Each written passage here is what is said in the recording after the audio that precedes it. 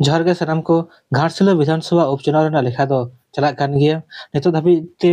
5 round लेखा हुई केना और 5 राउंड रे अकोय को तिने को नामका ओना आपे को लिया फेगना नितो अब नोडे 5 राउंड रेना रुझान बो नेल दाड़े कान गिया जे झारखंड मुक्ति मोर्चा दो 7104 वोट ते मड़ांग अकने और भारतीय जनता पार्टी दो 7104 वोट ते ताम रे मेनाया सोमेश चंद्र सोरेन तकिन दो 23898 वोट कते मड़ांग रे मेना खिना और बाबूलाल सोरेन तकिन दो 16794 वोट नाम कते तायम रे मेना खिना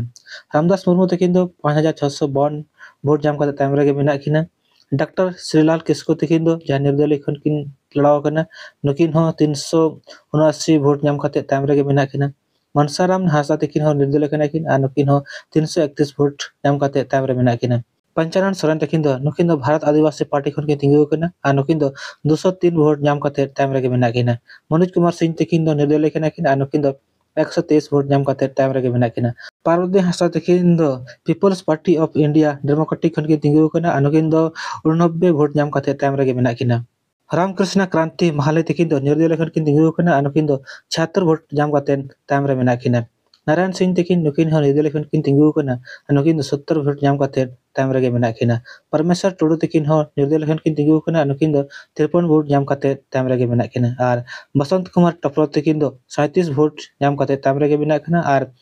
जहां नोटा बो मेता नोटा रे जतो खन निर्दलीय खन हो ढेर किन नाम का और नोटा दो 712 वोट नाम कते तायम रे मेना